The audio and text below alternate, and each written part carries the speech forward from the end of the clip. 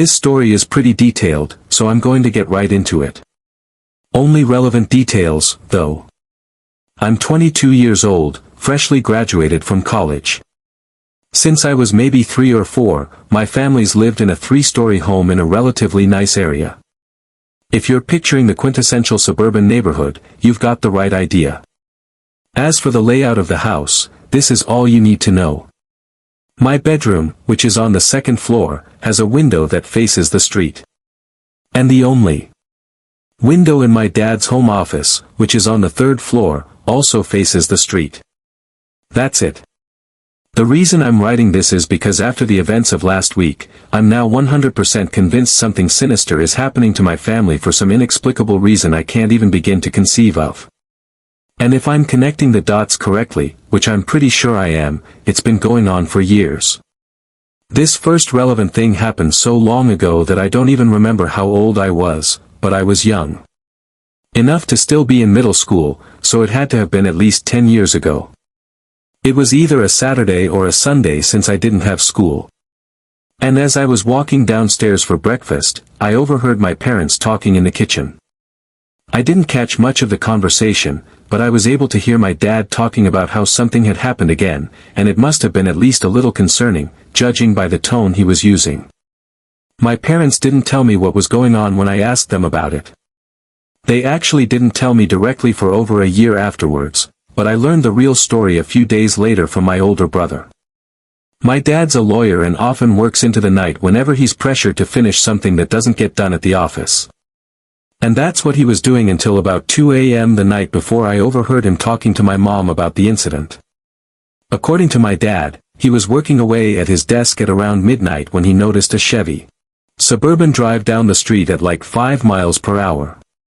That's not an exaggeration. He claims to this day that the car looked like it was crawling down the street, as if someone had taken their foot off both the gas and the brake and was just letting the car idle forward.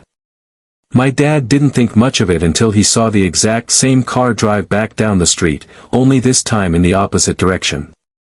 And then, even more strangely, the car actually parked across the street right in front of our house. My dad didn't take his eye off the car for a good few minutes straight, waiting to see whether someone would get out of the car or if it would drive off, but neither happened. The car just sat there.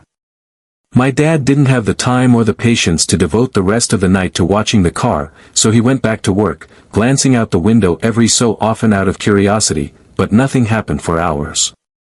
He swore no one ever got out of the car since he would have noticed movement out the window if they had. Eventually, he fell asleep at his desk around 2 a.m. without even completing his work. But here's the crazy part. When he woke up around 5:30, the car was still there in the exact same spot. What happened while he was asleep remains a mystery, but my dad said he was so shocked to see the car still there when he woke up. He thought he was dreaming. The car ended up leaving before sunrise, and even after finishing his work, my dad was so unsettled he couldn't sleep. I would eventually learn that this wasn't the first instance of something similar happening, that my dad had seen cars drive back and forth on our street late at night before, but it was definitely the strangest. No one in the family really thought anything of it for several years, though. It was most likely just someone sleeping in a very coincidental spot. And at the very worst, it was someone driving around random nice neighborhoods and casing houses. Fast forward a few years. I'm 15 now, a sophomore in high school. I remember the second occurrence much more distinctly. Partly because it was more recent and partly because it actually happened to me. I was up late making beats in my room, something I did quite often during that time in my life. Like I said earlier, my room has a window that faces the street, which I can always see out of since my desk is right in front of it. I was vibing out with my headphones in when something from outside my bedroom window caught my eye.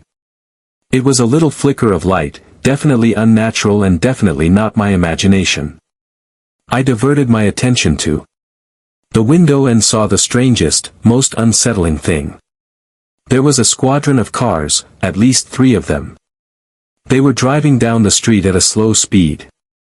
That by itself doesn't sound so bad, but I quickly realized that the people in the cars were shining flashlights at houses. That's where the flicker of light had been. I kept watching in the state of confused angst as whoever was in the first car swept their flashlight beam across the house next to mine. Then they started shining their light at my house, and I actually ducked down underneath my windowsill when I realized the beam was about to sweep right past my window. Not 2 seconds after ducking down, I watched the flashlight beam illuminate my ceiling for a couple seconds before everything went dark again. I waited a good 20 seconds before re-emerging, and by the time I did, the cars were much further down the street. I watched as they got to the end of the street and turned off. You can probably imagine how I was feeling in that moment. It was tough to get much sleep after that. I obviously told my parents about it the next morning, and as a family, we collectively agreed that it was a group of thugs casing houses, probably looking for ones with no one home that would make easy targets for a home intrusion. My dad installed a Ring camera after that, and he even put some security cameras with motion lights in our backyard. I can't remember for sure, but I think my parents might have talked to a few of our neighbors to see if anyone had experienced something similar. A couple years later, the next thing happened. While doing some landscaping in our backyard, one of the contractors my dad had hired claimed to have found a small hidden camera tucked into one of the bushes near the fence. It was tiny, no bigger than a car key, but it was definitely a camera. It was battery-powered, and the battery had long since died. It didn't have a SIM card or any memory card inside, which meant it wasn't storing anything locally or using cellular data, but that didn't rule out the possibility that it had been streaming footage to an external device nearby while it was active.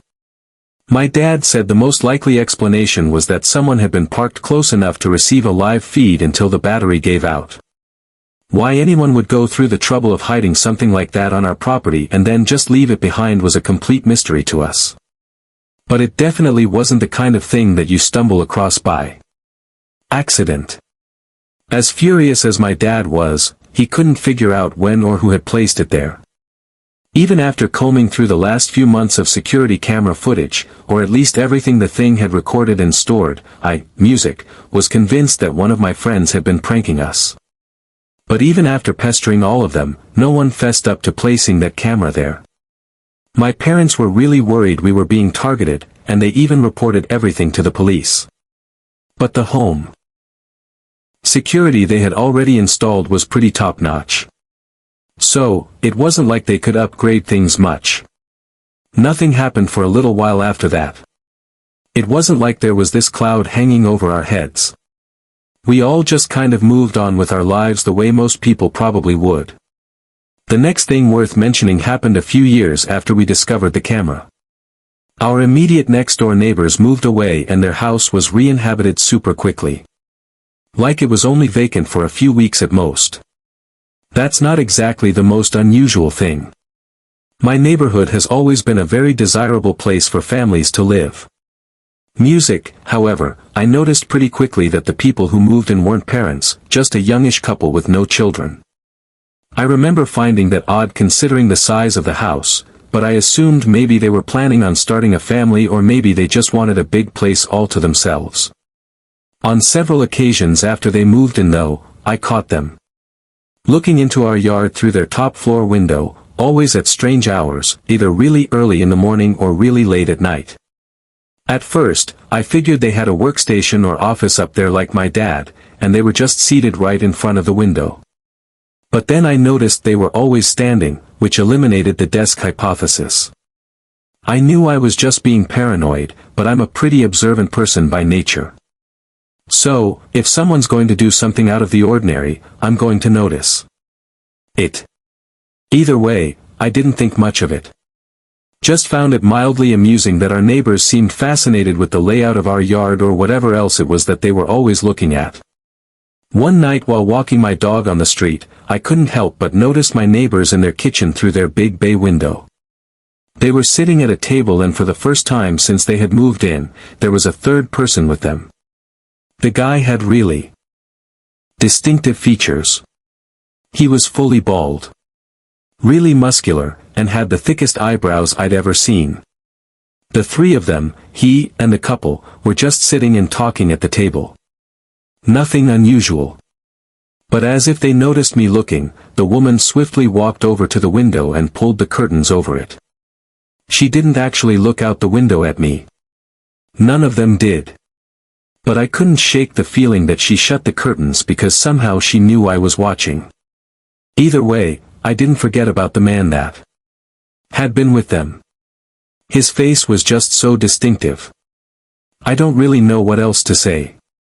Okay, so now that you've made it this far, you're probably thinking that I'm some paranoid schizophrenic. I mean, that's what I'd be thinking, too. But I would never in a million years be sending the story in if what happened next didn't happen. Like I said in the beginning, this happened last week. So about another few years after the last thing I talked about a few weeks ago, my family took a trip to Paris. My older brother had been dating his girlfriend for years, and everyone was pretty much expecting him to propose while we were there because we were going with her family, too. A few days into the trip, we were at this random bar. Everyone was there, me, my parents, my brothers, his girlfriend, and her parents. We were sitting in a booth enjoying a few drinks and having some good conversation. I was maybe halfway through my drink, zoning out of the conversation, when I happened to glance across the room. There was this guy sitting alone in a booth just casually sipping his drink and looking around the room. Something about him seemed familiar, but I couldn't immediately place where I'd seen him before. But then, like a light switch had been turned on, I realized it was that man who I'd seen at my neighbor's kitchen table years ago. There was no way. I didn't want to believe it. What were the chances this random guy from my neighborhood would be in the exact same bar as my family in a foreign country, no less? I tried to convince myself it was a coincidence. But the more I stared, the more certain I became that it was him. Then he caught me looking at him. We locked eyes for what felt like forever, but was probably only a few seconds. He knew, I knew, and he knew I knew. I could feel it. Then, without finishing his drink or paying his bill, he got up and walked out of sight. I immediately excused myself from the table and tried to follow him, but I couldn't figure out where he had gone. I ended up just sitting back down at the table, trying to suppress the nasty feeling I had. Telling myself that the guy just happened to be on vacation the same time we were was the only way I could continue my night with my sanity. A few days later, we were doing some typical touristy stuff. It was broad daylight and we were just walking around the city when I saw him again. That same guy. I can't understate how shocking it was. If the first instance had just been a coincidence, this completely shattered that theory. He was standing maybe 50 feet from us, snapping pictures with a professional-looking camera. I couldn't tell for sure, but it kind of seemed like the camera was pointed in our direction, even though there was a famous monument behind us. I watched as he then turned a corner and disappeared out of sight. I finally told my parents about what was going on. I gave them every little detail and assured them I wasn't going crazy. My parents actually believed me, my dad especially, and he even suggested cutting the trip short. We didn't end up doing that, but the rest of the vacation was awful. When we finally got home, my dad checked as much security footage to believe things are going to escalate from here. I live near Angel National Forest. I've been hiking those trails for years and I know them well enough that I don't really worry about getting lost or anything like that. I'm comfortable out there. The night this all went down, I'd gotten some bad news over the phone earlier in the day. It was the kind of news that makes you feel like you need to get out of the house and clear your head. Some people drink when they're upset, some people call a friend. I go for a hike. It was around 8 o'clock when I set out. I wasn't planning anything ambitious. Just wanted to clear my head, maybe tire myself out enough so that I could actually sleep when I got back. Night hikes aren't unusual for me, especially on trails I know well. There's something about being out there in the dark that usually feels meditative. The fog that night was something else, though. I had checked the weather before leaving, but conditions at elevation are always a gamble. By the time I was a little ways in, visibility had dropped to maybe 20 foot. Everything beyond that was just gray. I tried using my flashlight at first, but the beam just bounced back at me off the moisture in the air. It actually made things worse, like trying to drive with your high beams on in a snowstorm. So, I mostly kept it off, letting my eyes adjust to what little ambient light filtered through. I had music playing to deter any animals from bothering me, which was something I picked up from my dad.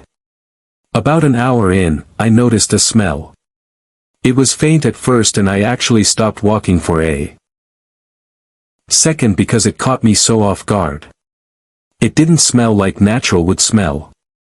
It kind of smelled like perfume, which I know sounds absurd, but that's genuinely what it smelled like. It wasn't strong or overwhelming, just this distinct floral scent that had no business being out there. I looked around, which was pointless because I couldn't see anything anyway. And by the time I'd finished scanning the fog, the smell was gone. I didn't really know what to make of it, so I just brushed it off. About 10 minutes later, though, there was a new smell. This time, it was something a little more familiar. Campfire. So, I instantly connected the dots. There was someone camping somewhere out there, and that also probably explained the perfume smell. But the smell was only there for about 30 seconds before vanishing. Music, which was a little strange. It wasn't until smelling the third smell that I thought something was really off. It was this herbal, almost earthy scent that I immediately recognized from my childhood but couldn't place. The familiarity of it combined with how completely out of context it was unsettled me. I probably should have turned around the moment things felt off, but I kept hiking. Things were normal for a while and I started feeling better about everything. But as soon as I felt even the slightest sense of calm, I noticed a flashlight beam on the ridge to my left. The ridge runs parallel to the main trail, but sits maybe 100 foot higher. And there are no marked trails or access points up there, which I know for a fact because I've looked at maps plenty of times, wondering if there was a way to get up. The terrain is too dangerous. You'd also have to bushwhack through some seriously nasty stuff to reach that elevation from where I was. And yet, there was clearly someone up there. The beam would turn on, sweep across a section of the ridge, then turn off, and then a few seconds later, it would turn on again somewhere else. In that very moment,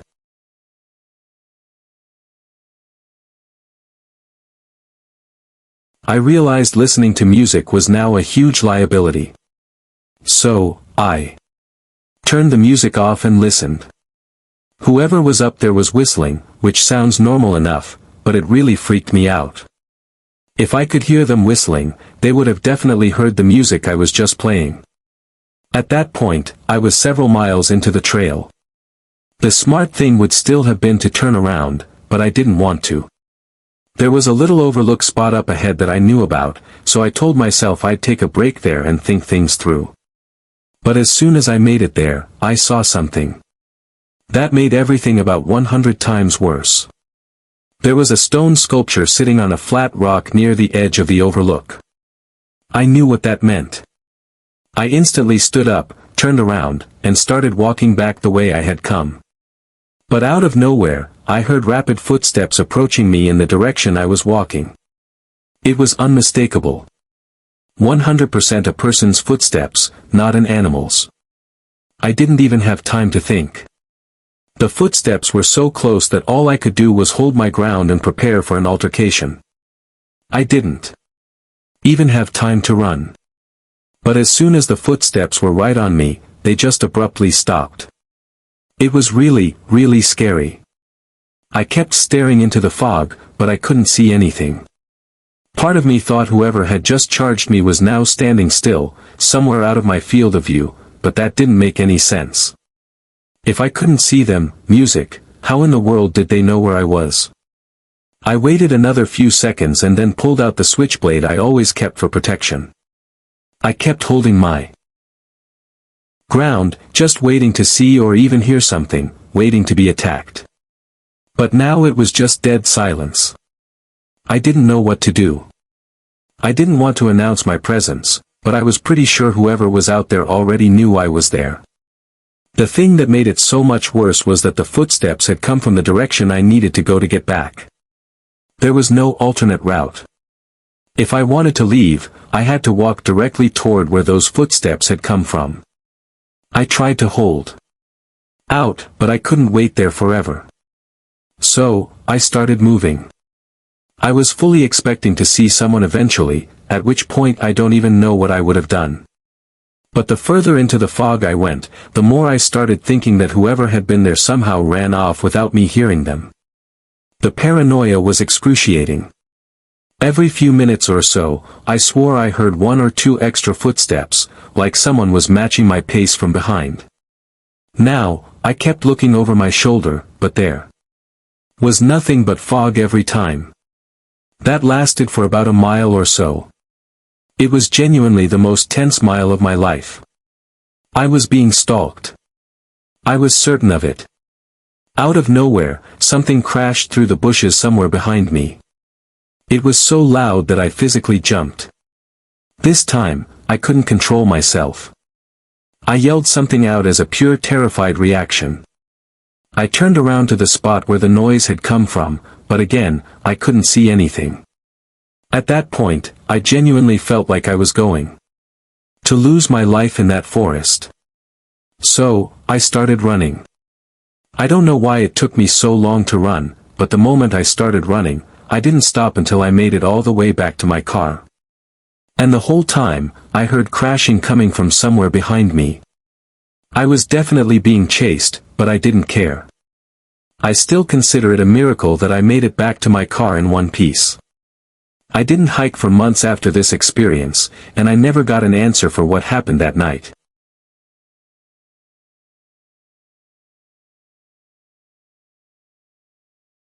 This happened close to 20 years ago, back when I was 15. My parents were in the midst of a really ugly divorce at the time, and my mom thought it would be a good idea for me to spend a few weeks with my great-aunt Lucy in upstate Vermont while they sorted out the legal stuff. I wasn't thrilled about being shipped off to some relative I barely knew, but I didn't have much choice. Aunt Lucy lived in this massive Victorian house that had been converted into apartments sometime in the 60s. She owned the whole building and rented out the top 2 floors to tenants while she lived alone in the sprawling first-floor unit. The place was beautiful in a very specific old-fashioned way. High ceilings, original hardwood floors, intricate moldings around every door frame, movie-type stuff like that. What struck me as odd right away was that Aunt Lucy seemed to avoid certain parts of her own apartment.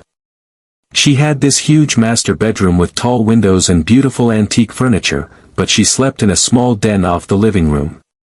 Instead, that was actually one of the things I asked her about, to which she just replied that the main bedroom got too much morning light.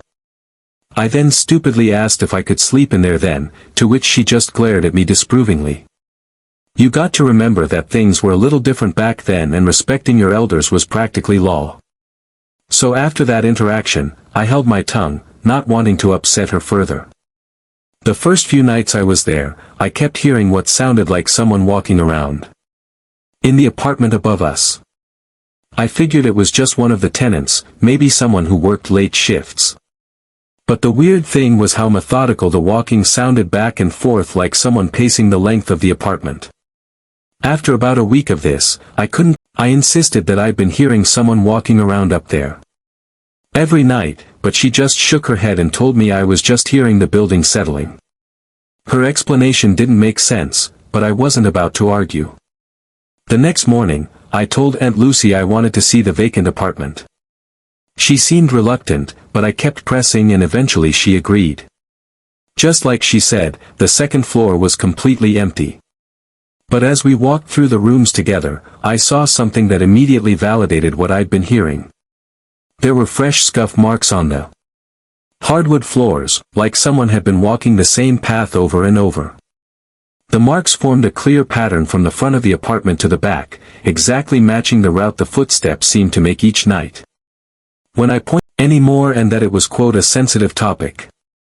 One night near the end of my visit, I woke up around 2 a.m. needing to use the bathroom. As I was walking back to my room, I glanced toward the staircase that led up to the second floor. The door at the bottom was slightly ajar, and I could have sworn I saw a faint light moving around up there, like someone was walking with a flashlight. I immediately went to bed and did mention it to Aunt Lucy. I just wanted to get the hell out of there. If it hadn't been for that night the two of us watched a movie, I would have assumed Aunt Lucy was causing the footsteps, but that was impossible. My mom refused to explain things to me when I got back home. And this actually caused quite the rift between the two of us. Years later, I found out through a cousin that Aunt Lucy had sold the building and moved to Florida. According to my cousin, there had been some kind of incident in the apartment back in the 90s. Someone had died there under unclear circumstances and the family had tried to keep it quiet. That was also around the time Aunt Lucy had inherited the building. I've never believed in ghosts. I don't say that to sound dismissive or close-minded. I just genuinely don't. I think that's a pretty dumb way to interpret things you don't understand, music, to be frank. So, when I think back on what I experienced in that house, I always find myself searching for some other explanation. Maybe Aunt Lucy was sheltering someone up there, a relative in trouble, or someone who needed to stay hidden. Or maybe she was being blackmailed, forced to let someone live in her building without anyone knowing. Maybe the incident my cousin mentioned wasn't as closed as the family wanted to believe, and whoever was responsible still had some kind of hold over her. Or maybe the entire thing was completely made up, and my cousin was needlessly gossiping. I really don't know. What I do know is that my mom knows something and I'll never forgive her for withholding that information from me. I think this is just one of those things that will never have an explanation.